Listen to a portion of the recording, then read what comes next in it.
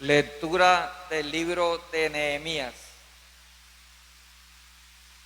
El día primero del séptimo mes del año, el sacerdote Esdras le presentó el libro de la ley al pueblo congregado, hombres y mujeres, a todos los que tenían uso de razón.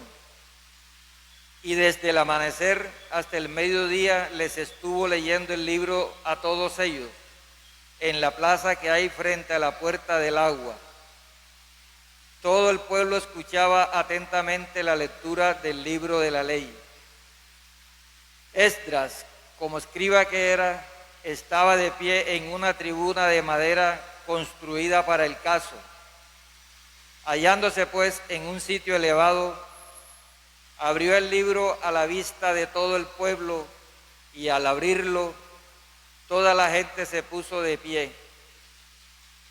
Entonces bendijo al Señor, el Dios Altísimo, y todo el pueblo levantando los brazos contestó: Amén, amén. Luego se postraron inclinando la cabeza hasta el suelo para adorar al Señor. Los levitas empezaron a leer en voz alta el libro de la ley de Dios y lo iban traduciendo y explicando su sentido para que el pueblo entendiera lo que ellos leían. Y como todo el pueblo empezó a llorar al oír las palabras de la ley, el gobernador Nehemías y el sacerdote y escriba Esdras, con los levitas que explicaban la ley, le dijeron: Hoy es un día consagrado al Señor nuestro Dios. No hay motivo para lamentarse ni para llorar. Y Esdras añadió: Ahora pueden irse y hacer un banquete con los mejores platos y con buenas bebidas, compartiendo con los que no tengan nada preparado, porque hoy es un día consagrado a nuestro Señor. No hay motivo para estar tristes, porque la alegría que les da el Señor es su fortaleza. Palabra de Dios.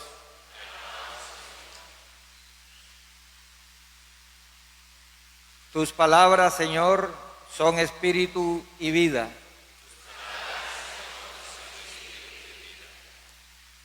La ley del Señor es perfecta y es descanso del alma.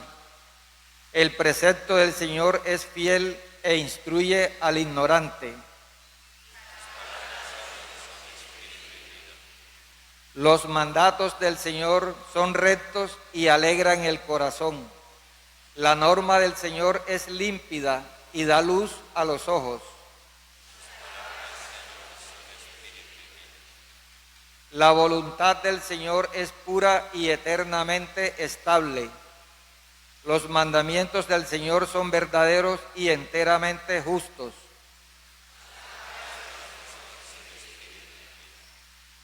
Que te agraden las palabras de mi boca y llegue a tu presencia el meditar de mi corazón, Señor, roca mía, redentor mío.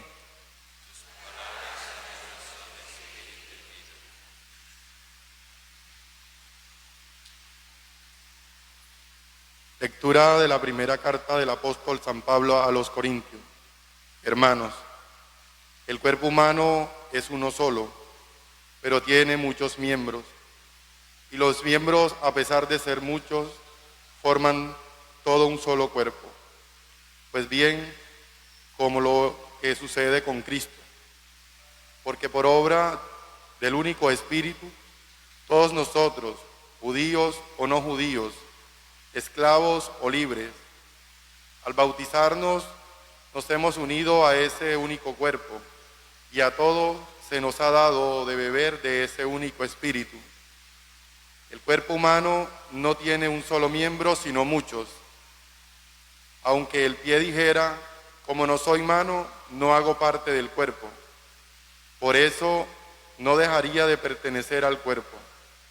Y aunque el oído dijera, como no soy ojo, no hago parte del cuerpo, no por eso dejaría de pertenecer a él. Si todo el cuerpo fuera ojo, ¿dónde quedaría el oído? O si todo fuera oído, ¿dónde quedaría el olfato?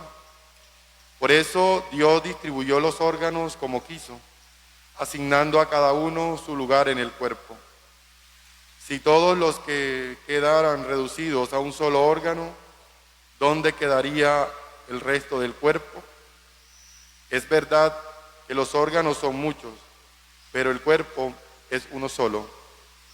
El ojo no puede decir a la mano que no la necesita, ni la cabeza a los pies que no los necesita. Al contrario, los órganos del cuerpo que pertenecen ser más débiles son más necesarios, y las partes que consideramos menos respetables las tratamos con mayor respeto, y las menos decentes las tratamos con mayor decencia, cosa que no necesitan las más decentes. Dios mismo organizó nuestro cuerpo, haciendo más digna de respeto las partes que más lo necesitan. Pero que no haya en el cuerpo división, sino que todos los miembros por igual se preocupen unos de otros, y así cuando un miembro sufre, todos sufren con él, y cuando un miembro es elogiado, con él se alegran todos. Ahora bien, ustedes son el cuerpo de Cristo, y cada uno es miembro de ese cuerpo, y Dios nos ha distribuido en la iglesia, colocando en primer lugar a los apóstoles, en segundo lugar a los profetas, en el tercero a los maestros, luego vienen los poderes milagrosos, después los dones para curar enfermos, y la beneficencia y la administración y el carisma de las lenguas. ¿Acaso todos son apóstoles? ¿O son todos profetas? ¿O todos maestros? ¿Reciben todos poder milagrosos? ¿Reciben todos dones para curar enfermos? ¿Hablan todos en lenguas? ¿Tienen todos capacidad de interpretarlas? Palabra de Dios.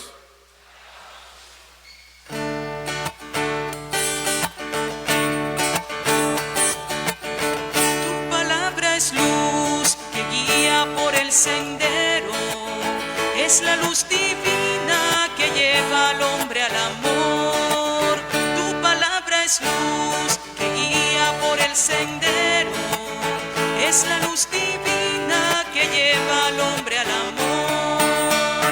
Aleluya, aleluya, aleluya, aleluya, aleluya, aleluya, aleluya, aleluya. El Señor esté con ustedes. Y con tu espíritu. Lectura del Santo Evangelio según San Lucas. Gloria a ti, Señor.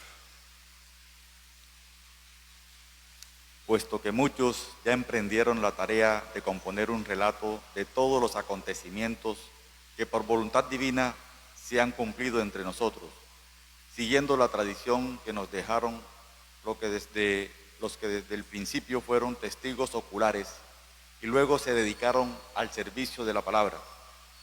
También a mí me pareció oportuno, después de investigarlo todo cuidadosamente desde sus orígenes, ofrecerte, ilustre Teófilo, esta narración ordenada para que compruebes la solidez de las enseñanzas que recibiste. Dando comienzo a su ministerio público, regresó Jesús del desierto a Galilea, revestido del poder del Espíritu. Su fama se extendió por toda la región y, elogiado por todos, empezó a enseñar en las sinagogas de los judíos. Entonces fue a Nazaret, donde se había criado. El sábado entró como de costumbre en la sinagoga y se levantó para hacer la lectura. Le presentaron el libro del profeta Isaías y, abriéndolo, encontró el pasaje donde dice: El Espíritu del Señor está sobre mí, porque el Señor me ungió. Él me envió a llevar una buena noticia a los pobres, a anunciar la liberación a los cautivos y dar vista a los ciegos, a dar la libertad a los oprimidos y a proclamar el año de gracia del Señor. Jesús cerró el libro y lo devolvió al ayudante y se sentó. Todos en la sinagoga tenían los ojos fijos en él. Entonces comenzó a decirles: este pasaje de la Escritura se ha cumplido al escucharlo hoy ustedes. Palabra del Señor. Gloria a ti, Señor Jesús.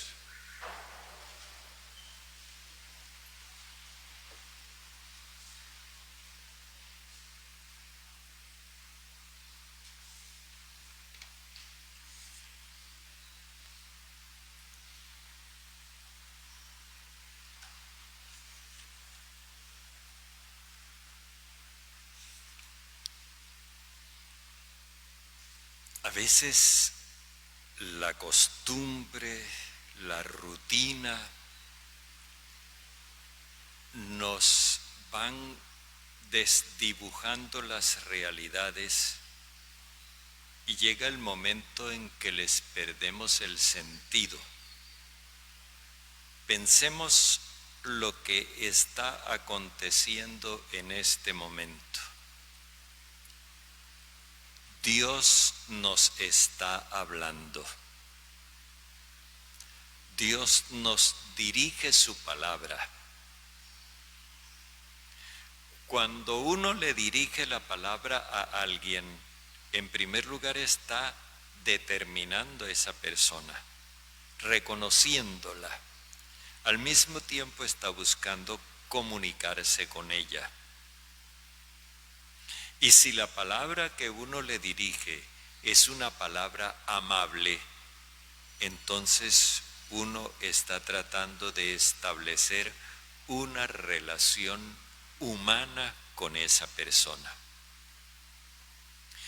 Valorar este hecho es importante para que nosotros, durante la celebración de la palabra en la Eucaristía, no caigamos en la rutina.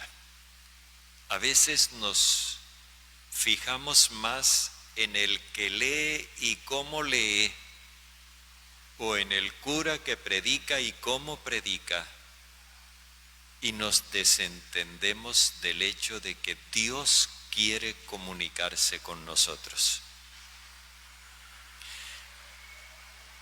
Dios ha querido no solo comunicarse con nosotros, sino también enseñarnos a hablar como Él, para poder entablar con Él un diálogo, una comunicación de ida y vuelta. Y yo comparo esto a lo que sucede cuando nosotros comenzamos a enseñarles a hablar a los niños. Ellos no van a articular correctamente desde el primer momento que les dirigimos la palabra. Uno ve que al principio el niño balbucea, papá, mamá. Es un primer paso para darle respuesta a la palabra que nosotros le estamos dirigiendo. Luego, más adelante, tendremos que explicarles algunas cosas, por ejemplo, decirle, no se dice yo cabo, se dice yo quepo. Por esas dificultades que tiene el idioma. Algo semejante ha ocurrido en la revelación de Dios, la comunicación de Dios con la humanidad. En la carta a los Hebreos se nos dice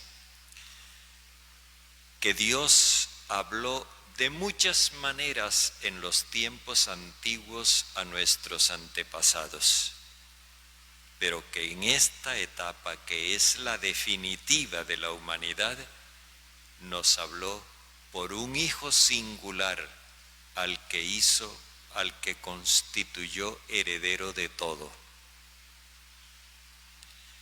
Este hecho nos va orientando a que al principio la comunicación de Dios con nosotros no encontraba en nosotros como una comprensión completa, y era de entenderse, lo puede entender cualquier persona, como sucede con los niños. Poco a poco vamos desarrollando la capacidad de hablar con Dios y también la capacidad de hablar de Dios. No es fácil hablar de Dios. Alguna vez le escuché a un predicador que cuando nosotros vamos a hablar de Dios, siempre estamos utilizando palabras prestadas al diccionario, porque ninguna de ellas expresa a cabalidad la realidad de Dios. Por eso nosotros encontramos en el Antiguo Testamento algunas expresiones que no nos encajan, y nosotros pensamos, es que nosotros somos más inteligentes que ellos. No, es que nosotros tuvimos la oportunidad de conocer el mensaje de Jesucristo y sus repercusiones en la vida de la humanidad, y por eso hemos aprendido mejor a conocer a Dios. Pero nos sentimos dueños de ese conocimiento como si eso lo hubiéramos elaborado nosotros, y criticamos a los antiguos con un desparpajo que es a todas luces una presunción. No podemos profundizar mucho en esto porque el Evangelio de hoy nos trae un ejemplo que es bueno que consideremos. Primero, el evangelista nos dice que muchos han intentado transmitir este mensaje, hablar de Dios. Y él no dice que lo lograron con éxito o sin éxito, sino que constata ese hecho. Es un hecho.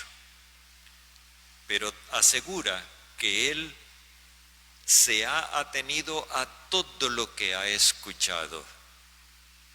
Lo ha investigado con rigor y ahora se propone exponerlo de forma ordenada. Ese es el Evangelio de Lucas que estamos meditando este año los domingos. Y nos habla particularmente del comienzo de la proclamación de Dios por parte de Jesús. ¿Cómo hablaba Jesús de Dios? ¿Cómo presentaba Jesús a Dios? Y lo hace con un relato en el que recuerda la primera presentación de Jesús en la sinagoga de Nazaret, el pueblo donde se había criado, que había abandonado para irse a establecer a Cafarnaún. Jesús había abandonado Nazaret porque Nazaret era un ambiente demasiado estrecho, cerrado, y desde el punto de vista de la concepción de Dios era demasiado cerrado todavía. No estaba abierto para escuchar el mensaje del amor universal de Dios, porque había mucho fanatismo en Nazaret. Así que Jesús se establece en Cafarnaún, y una vez que allá ha encontrado aceptación y que su renombre ha llegado hasta su propio pueblo, ahora viene a Nazaret. Se sabe que él acostumbra ir a la sinagoga, se sabe que él acostumbra ofrecerse para hacer la lectura, y se sabe además que él tiene una enseñanza que causa asombro y al mismo tiempo la aprobación de todos en Cafarnaún. Ahora viene a Nazaret, toma el libro del profeta Isaías, busca un texto determinado que los israelitas consideraban que era un texto mesiánico, es decir, donde se anunciaba el profeta que Moisés le había dicho al pueblo que el Señor iba a enviar. Jesús toma el texto y le hace unos ajustes. Para nosotros, el texto que acabamos de escuchar, así es. Pero para los israelitas de aquella época, acostumbrados a escuchar esos textos, se los habían aprendido de memoria palabra por palabra. Y cuando se los leían, si alguien cambiaba una palabra, ellos enseguida se daban cuenta. Bueno, Jesús no cambia una palabra, sino que cambia frases. Omite la mención de los quebrantados de corazón, que era una referencia a los israelitas que se sentían culpables de haber abandonado a Dios y por eso castigados con el destierro. Era una referencia a aquellos que se sentían agobiados por su propio pecado.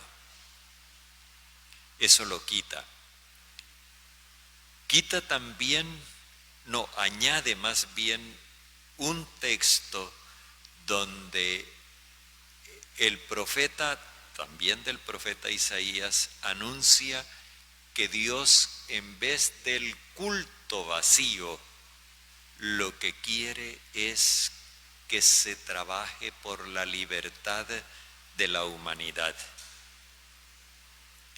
Y luego al final le recorta al texto el anuncio de que Dios va a vengarse de los paganos, el día del desquite de nuestro Dios, el castigo de Dios a los paganos.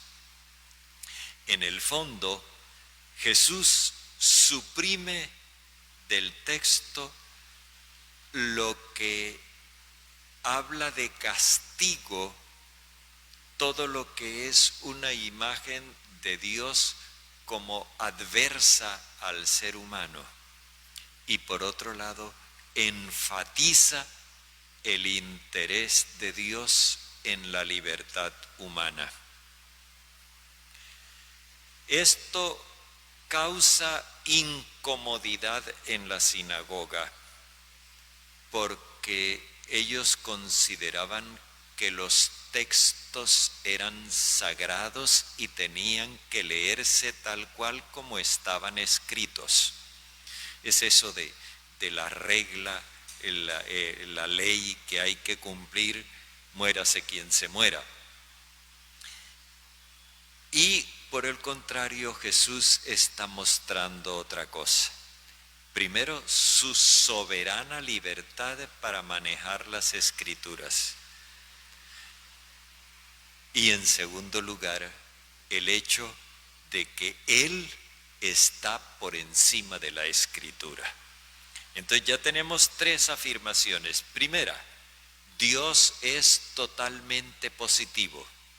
Segundo, Jesús tiene autoridad total para manejar las Escrituras. Y en tercer lugar, eso que anotábamos ahora. Quiere decir entonces que Dios no se revela tanto por los textos como por la persona de Jesús. Y para nosotros los cristianos esto es algo que necesitamos ahondar continuamente, hoy lo proponemos en esta celebración del Domingo de la Palabra de Dios. La Palabra de Dios para nosotros no es un libro, es una persona. En Navidad celebrábamos eso y lo decíamos con estos términos del Evangelio de Juan: la palabra se hizo hombre. No es que la Escritura pierda importancia, sino que la Escritura se subordina a la persona de Jesús. Y en esto, por ejemplo, nosotros nos distinguimos de otras religiones que llaman los sociólogos las religiones del libro, otras religiones que tienen libros o textos sagrados, porque para ellos la revelación de Dios es el libro. Para nosotros la revelación de Dios es la persona de Jesús. Y entonces lo que está contenido en la persona, la obra y el mensaje de Jesús, esa es para nosotros la palabra de Dios. Más adelante, por allá en el capítulo 24, que lo veremos en Pascua, cuando Jesús se encuentre con los discípulos en el camino de Emmaús, les dirá: es que lo que tenía que cumplirse era lo que estaba escrito acerca de mí. Esa es una precisión muy importante y vale la pena que nosotros la analicemos. Es necesario comprender que lo que nosotros anunciamos y cada domingo celebramos es la persona de Jesús como mensaje de Dios. Dios nos está hablando continuamente por medio de su Hijo, y todos los textos que nosotros escuchamos siempre tenemos que mirarlos en relación y en referencia con Jesús. Esto que celebramos hoy nos lleva nuevamente a comprender la grandeza inigualable de Jesús, el Hijo. Él está por encima de todo y a la hora de revelar a Dios, Él es la palabra definitiva de Dios. Esa palabra no solo se hizo carne en la persona de Jesús, esa palabra se hizo pueblo en nosotros. Cuando el apóstol dice: ustedes son el cuerpo de Cristo, está diciendo algo supremamente comprometedor, porque quiere decir entonces que nosotros somos la representación de Jesús en la historia actual.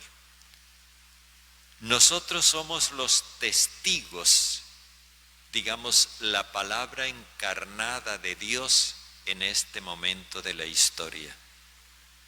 Esa siempre será la misión de la Iglesia. Pero no solamente la palabra se hizo carne en la persona de Jesús, no solamente se hizo pueblo en esta historia, esta iglesia que peregrina por la historia, sino que la palabra se hace pan.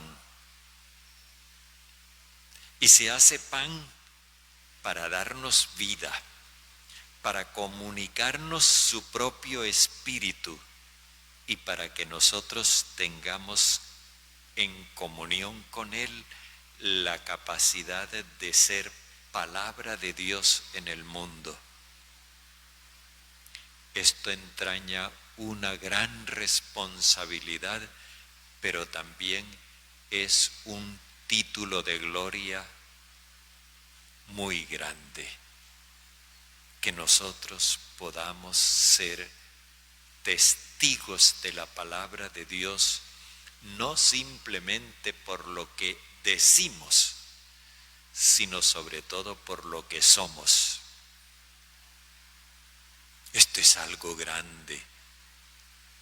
Y por eso la celebración de la palabra en cada Eucaristía requiere de parte nuestra una gran atención, una gran importancia. A veces duele cuando estamos proclamando las lecturas y uno ve que sale una persona con el celular a responder una llamada. Yo les he dicho que bueno, si se trata de un médico que tiene un paciente en la UCI y que está bajo vigilancia y el médico se vino a la misa pero dijo cualquier cosa que suceda, me la notifican. Bueno, en ese caso yo entiendo, se trata de salvar una vida. Pero hay otras cosas que pueden esperar. Esto es grande lo que tenemos entre manos y es bueno que lo valoremos.